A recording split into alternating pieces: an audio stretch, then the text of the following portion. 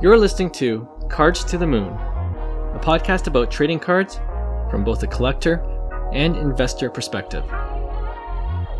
We hope you'll stick around for the ride as we take a deep dive into the state of the hobby, share some hot takes, hopefully some useful advice, and fun stories along the way. Hey all, welcome back to another episode of Cards to the Moon. This is episode 289, and my name is Clark from 5cardguys.com and at 5cardguys on Instagram, YouTube, and Facebook. Now, today I'm doing the intro solo because we have a special guest on the show. His name is Lance Fensterman, and he's the CEO of Fanatics Events. I had the chance to talk with Lance about the second Fanatics Fest event taking place in New York City from June 20th to the 22nd. Yeah, it's coming up really soon. I asked him a bunch of questions, including what can we expect this year at Fanatics Fest, what's new, and how are they trying to improve the experience from last year. And from what I heard, honestly, I think it's going to be another awesome event for both sports fans and sports card collectors alike. So I'll play that interview in just a minute, but quickly off the top, and this is more of a heads up, I will be going on family vacation over the next couple of weeks, but not to worry. You'll still be getting new episodes every Tuesday and every other Friday as usual, because we've pre-recorded a few episodes. That also means any new hobby developments over the next couple of weeks, we might not be able to touch upon right away. So just in case you're wondering or asking, why aren't the Cards to the Moon guys talking about it? Well, now you know why. But I do plan to send out our weekly newsletter every Monday, where I'll definitely get a chance to bring up anything more timely if necessary over there. I'll include that link below in the show notes. Oh, well, one more thing. After the interview, I got to pick one for our listeners. All right, so please stick around afterwards, and I'm curious to see how you guys will vote. All right, without further ado then, let's play that interview I had with Fanatics Events CEO Lance Fensterman right now. Enjoy. All right, we got another special guest on the pod today. His name is Lance Fensterman, and he's the CEO of Fanatics Events. And I know his team is busy right now as they prepare for the second Fanatics Fest in New York City, which is taking place June 20th to the 22nd. So I'm excited today to talk to Lance about the upcoming event for sports fans and sports card collectors alike. So without further ado, Lance, welcome to the pod. Thanks, Clark. Thanks for having me. We are, as of today, 47 days away from the opening of Wow. Fanatics Fest NYC. Not that I'm counting like a doomsday clock that's ticking down with like this sword of Damocles hanging over me, Well, but more fun than that. right. Well, it's a big event, and I know a lot of people are looking forward to it, including myself. I was actually at the inaugural event last year, and I got to tell you, we had an amazing time. Like, we didn't know what to expect because it was the first one, but when all was said and done, we had an amazing time. So kudos to your team for pulling off a great event last summer. Before we talk about the event this year, I'm wondering, to start, for the benefit of our newer listeners and even newer collectors, how would you describe what Fanatics Fest is? Yeah. So first of all, I didn't really know what to expect last year either. So we had a vision, but you never know in a live Sure. environment what's actually going to happen. And the vision was really to take this intersection of sports, collecting, culture, and entertainment and bring it together into a big, immersive, exciting platform. Hmm. And, if we thought about it from kind of different tribes, it's like we wanted collectors to come and have a great card show. So there was whatever, 250 dealers or something, right? Yeah. Like there's a great card show for them. But if you really wanted, if you were a hardcore sports fan, we wanted you to come and be able to like get photos and autos from athletes. Hmm. If you loved like immersive entertainment, we wanted to have panels where you had athletes talking, right? If you collected, we wanted to have merch drops and exclusives. And then we wanted each of those sort of different tribes to cross pollinate, right? So Hmm. if you loved, seeing athletes on stage talking about their side hustles and culture, and didn't really know a lot about collecting, we wanted you to wander over and discover, what it was to collect cards and memorabilia, Right. and vice versa. And so we wanted to create. That's what's really exciting about live events is when you can bring all these different groups together and provide them something that they like. They start to discover other things they love and Sure. and have these meaningful kind of moments. And that's what's really fun about building big shows like this. Yeah, no, for sure. And that's how I found it too. I'm a sports fan and a sports card collector. So, I mean, best of both worlds for me. But I've heard other people, just like you were saying, that they don't consider themselves collectors, but then they ventured onto that side after Yeah, seeing their favorite wrestler or favorite athlete. And it's kind of cool just to see them learn more about the hobby itself. So that was an totally. amazing And experience. statistically speaking, last year, about 35 to 40%, somewhere in there, of the attendees, 35% were hardcore collectors, right? Okay. And then another like 30%, 40% were casual collectors. And the Hmm. rest didn't know anything about collecting or the hobby. They're like, Right. that's a great mix, right? So cater to the hardcore. You're going to sell some cards and buy some cards. Awesome. You know, Yep. convert some lapsed collectors that are kind of casual about it, sell some dollar cards and introduce somebody to the hobby. Like that's a Yep. great environment. And it's a great environment, but also it differentiates itself from the great card shows that are out there. We weren't trying to be the West Coast card show or the Dallas card show. We weren't trying to be that, or the Right. national. We were trying to be something different. And I think that mix of different types of collectors does a good job of articulating what we were going for. Yeah, no, for sure. I love that. I love hearing that. Because we're primarily a sports card podcast. I want to focus more on the sports card side of things, but I'm curious about your experience having run big events already, like the New York Comic Con and other Comic Con type events. We know the Comic Con fans are pretty hardcore and really into they're really even into the culture of collecting, whether it's comic books or other merch. My question is, do you feel that sports fans and sports card collectors can get to that like almost level of obsession that our Comic Con counterparts Yeah. can get are I at right love it. now? It's such a great question. And I was just in Atlanta at the Tops Industry Conference for a few days, Right. Sunday, Monday, Tuesday. And I was like, I was drawing the parallels, right? Because there's the fans, and I'll talk about that, but there's also the dealers, like Mm, comic dealers and card dealers, card shop owners. There's a very similar vibe there, right? Like they have chosen to go into a space that they are really passionate about, and they are very passionate about it. And yes. that means like change isn't something always like is embraced Sure. immediately, right? There's a lot Sure. of like questions and skepticism. And I Hmm. watched that play out at the Tops Industry Conference, right? Why are you doing that? What do you mean by that? Where's this going, right? And the comic dealers that I dealt with and the vintage toy guys I dealt with, so similar, right? Right. But passionate and know their space. And yes, the fans reflect that same vibe, right? Like those comic fans, they want what they want. They want it to be predictable. They want it to cater to the things they're passionate about. Hmm. And they'll accept change and new. You just got to present it in the right way and make sure that it's fun, accessible, digestible. So yeah, part of the reason when Michael Rubin called me, I was intrigued by building this company was because I Hmm. saw some interesting parallels to my prior life and those communities I served for so long, but were different but similar. And that's like a good mix, I think, for me. Yeah, different but similar. Great way to put it. And I think Fanatics Fest last year was a great first step in kind of bridging some of those similarities and just introducing even to a lot of new fans what collecting is and vice versa. Thank you. Really getting to that sports experience. So I know after the event last year, there was a survey sent out to everyone who attended to just solicit feedback. I'm wondering, can you tell us what most people seem to really like about Fanatics Fest last year based on those surveys? And on the flip side, what were some of the things you've heard people wanted to see like improvement on or something new this year? Yeah, totally. So what people liked, there's a few things, but loved the panels that we created. Those Yes. moments. Well, there was podcasts on the show floor, and First Take was there, and a whole bunch of different folks. And then we Yep. had this big theater where we really produced things. And I think that's not common in the world of sport, like, but super common, from the world that I come from. And so getting to mash up, genres and athletes with entertainers and musicians with athletes.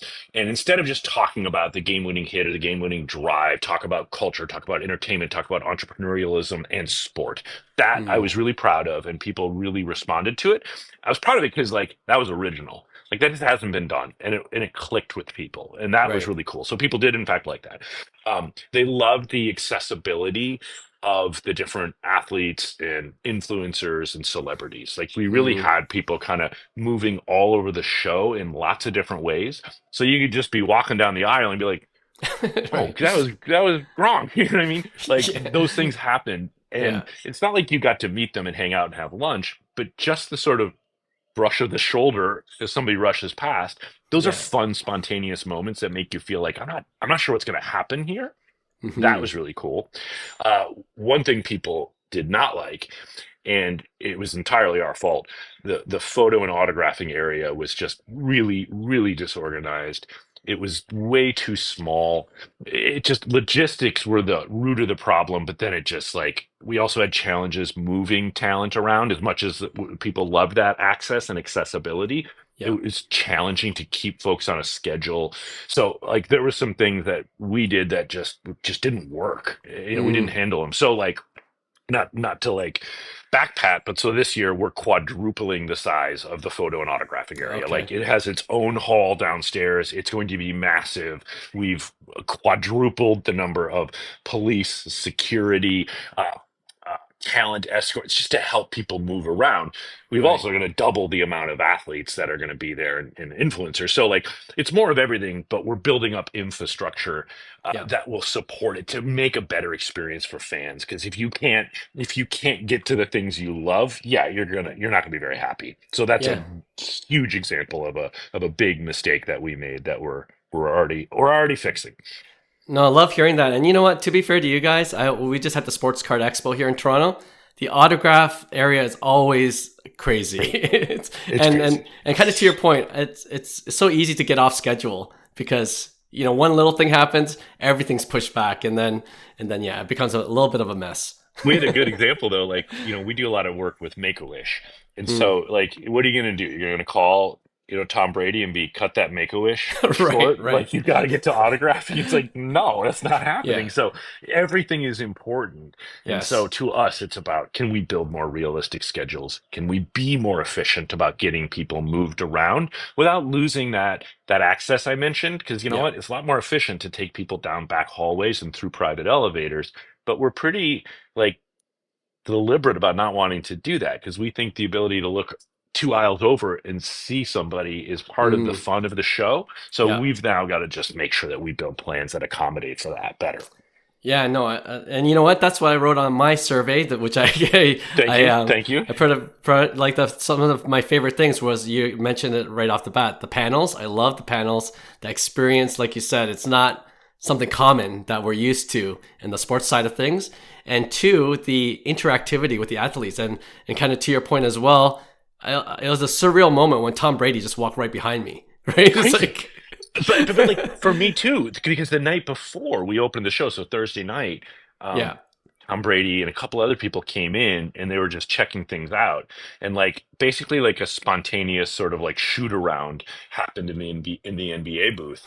I'm right. like standing there and I'm just watching like Tom Brady shoot threes like right in front of me. And I'm just like, Yeah, I that's just didn't cool. think this was going to be happening to me ever, let Yeah. alone on a Thursday night randomly in August. So I'm completely with you on that energy. So It's pretty cool. Do you find, like, I was going to ask you if it sounds like you love to encourage athletes to get out there on the show floor and interact. Do you find, just like even early on, some of these athletes are actually looking forward to doing that?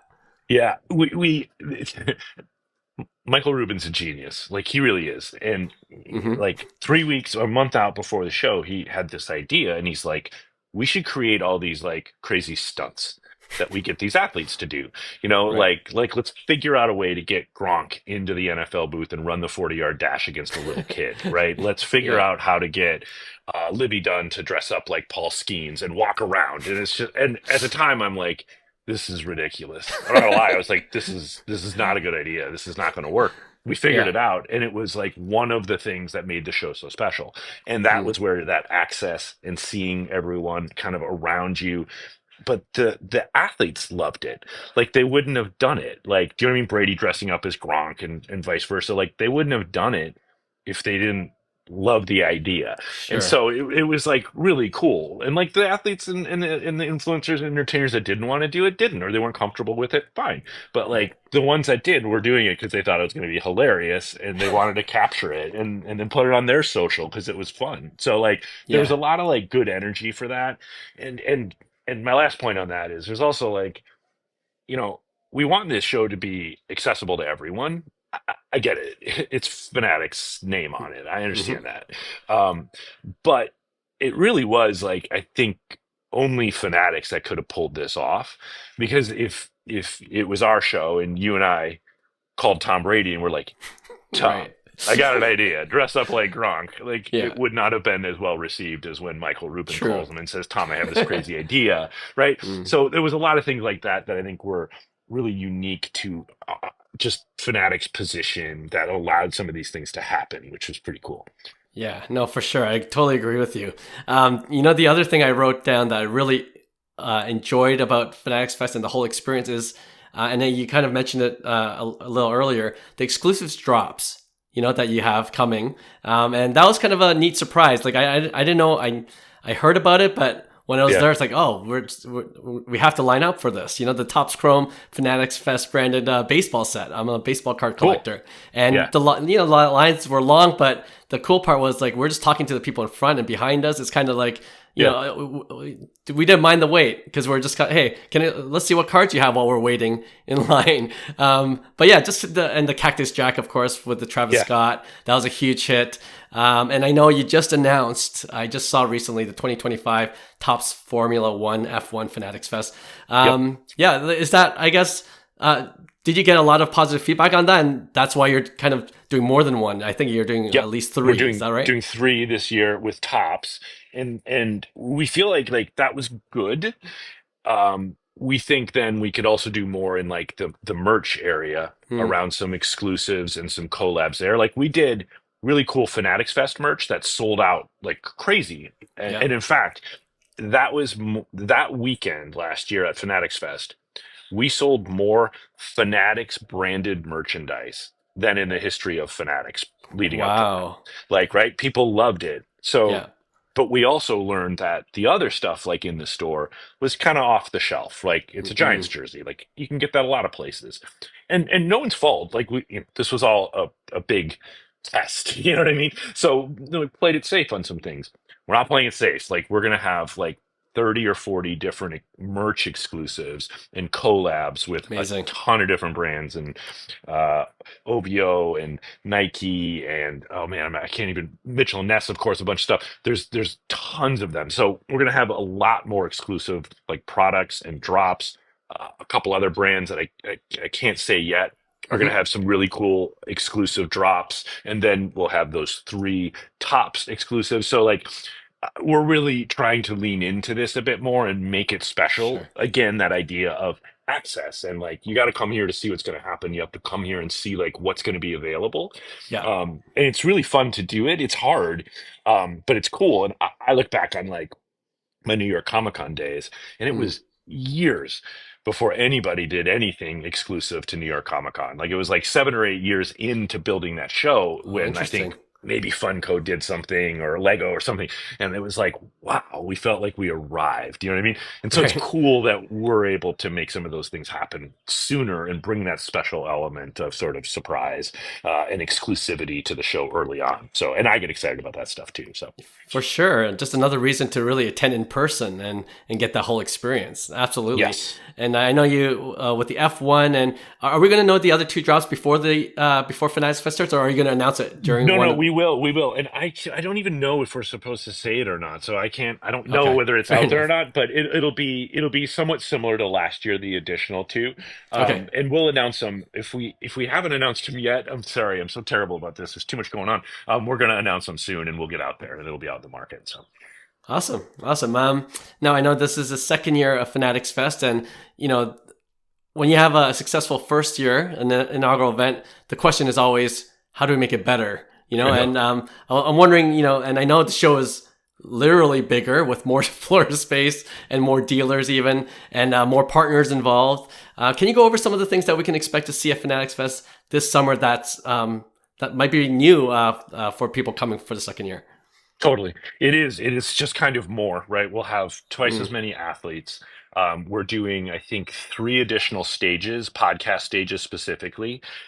We're going to have, so you'll have more content that you can watch and partake in. I told you more exclusives, yeah. more leagues and brands. So Nike, uh, FIFA, Premier League.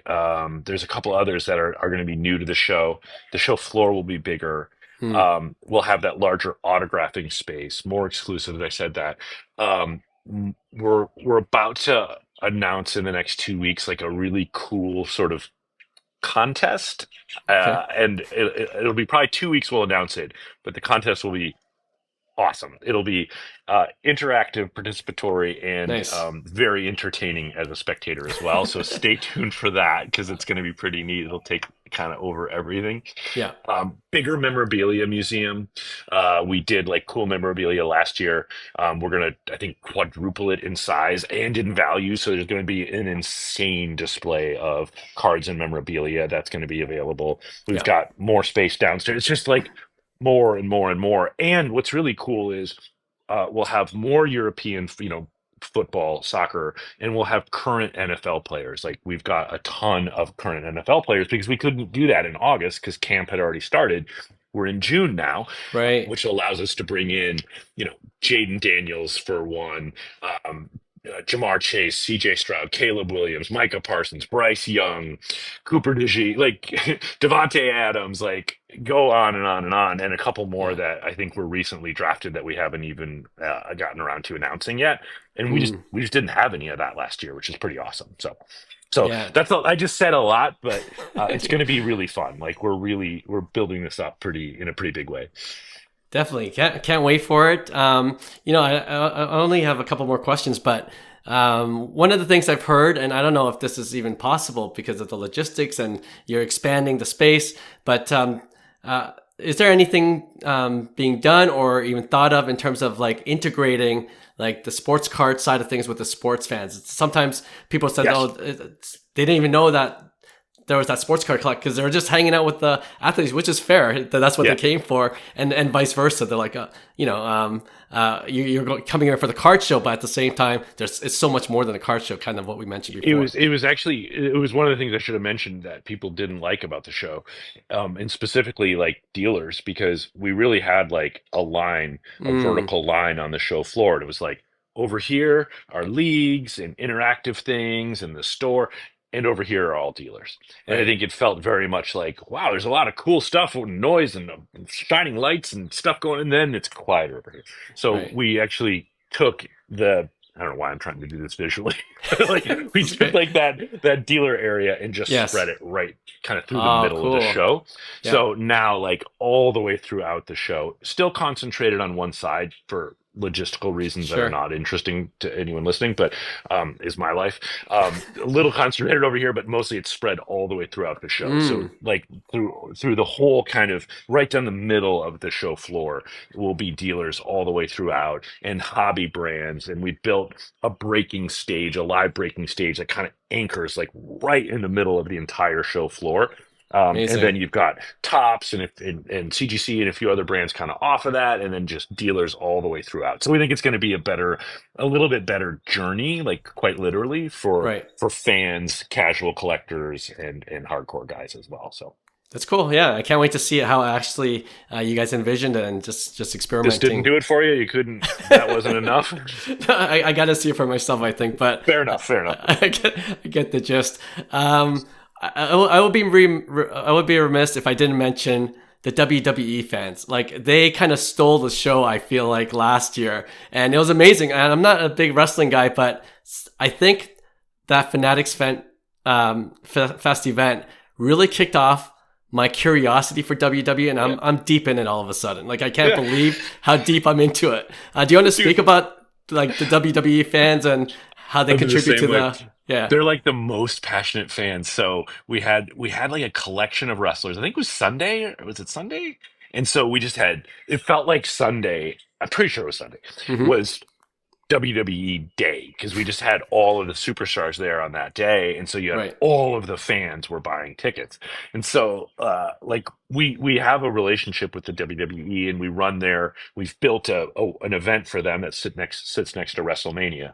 We ran it for the first time last year, and we Mm. just ran it last weekend actually in Vegas. And I'm just reminded at what a passionate fan base that is, really passionate. And I used to do the big Star Wars events for Lucasfilm and then Disney, and Right. those are the most passionate fans I ever dealt with were Star Wars fans. And I don't know, the WWE fans are right there. It's close, eh? Um, but I am with you in my curiosity. I was never really into wrestling, but now I'm like into wrestling because I'm in wrestling. Yeah. And when you go to WrestleMania, and they're very good partners to us, so they were very generous and gave the team some very good seats. And when you're in the middle of that, man, like it is Right. really hard not to like, start yeeting with everybody. You know what I mean? Like Sure. it's very fun, and their fans are wonderful. And I will say this: I brought up Make a Wish earlier. WWE and those superstars are unbelievable to children. Mm. Like, yeah, Make a Wish kids, but all kids. Like Yeah. the look on a kid's face when they get to like meet their idol or do the walkout to their idol's, Yeah. walkout music, and like it's really, really cool to see how much kids love that and how great those superstars are with those kids. It's like it says a lot about like the ethos and the values of the organization and those people because Yeah. it's a really cool thing. So gotta love I that. 100% agree. And if you look at like the Fanatics Fest website and you look at the autographs, like, it's all sold out. Immediately sells out just like that. The wrestlers, it's That's incredible. where passion does cut both ways. We got a lot of disappointed notes about how quickly some of those Sure. superstars sold out. That was And so if I quick. had more, I would give more. But I do think actually we're putting more photos and autos on sale in a couple weeks. I don't remember the Okay. exact date, but I want to say it's middle May. So just like check our website, sign up to our newsletter, and you'll get all that information stuff. Awesome. Awesome. One more question for me.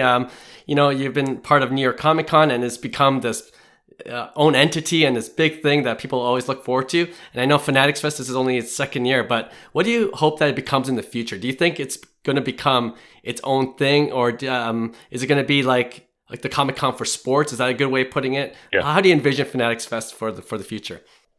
Yeah, totally. I think we think there's some interesting opportunities to grow the platform around the U.S. and the world, and we Mm. hope it'll become like a gathering spot for athletes and brands and leagues and fans and collectors to celebrate their fandom. Right, no matter what their relationship is to Fanatics, that they see this as a platform that is exciting and relevant and original, and that's our mission. Right, our mission is to serve, and if we can serve all those communities and delight them, we'll be very happy with our results. So That's amazing. I'm so looking forward to coming in a month. Like you said, 47 days as of this 47 recording. days. You got it, Clark. It's great to meet you, man. Thanks for having me on. Thank you. Appreciate your time. Okay, we're back, and thanks again to Lance Fensterman. Appreciated all the updates he gave us about the second Fanatics Fest coming up in NYC, and yeah, really looking forward to that event. All right, as promised, I got a 1v1 for you guys, and I think I'm going to put a poll up on my @5cardguys Instagram stories, and I'm just curious to see how you guys vote. And I want to admit this is a little self-serving because it involves a card that I own. Loyal listeners will know I just picked up a Bobby Witt Jr. Topps Chrome update of this year, Home Field Advantage Superfractor 1 of 1, which I think looks amazing. Now, my pick one is, on one side, would you rather have that Superfractor in a PSA Authentic slab or a PSA 8 slab? Now, I know there are going to be people that say neither, just keep it raw. What's the point? It's a 1 of 1. But listen, this is my pick one, okay? And plus, I just want to encapsulate it for extra protection. So anyway, I'd love to hear what you guys think. And yeah, that's it for me. As always, appreciate you guys. And we'll have a brand new episode for you this Friday. Talk to you then. Bye. Hey, thanks for listening to Cards to the Moon. We'd really appreciate you subscribing to our podcast wherever you listen to your podcasts. And you can also connect with each of us on Instagram at 5cardguys, or you can follow Hyung at Integrity Sports Cards, or John at TradeU at Recess. You can also check us out at 5cardguys.com. Thanks again, and hope to connect soon.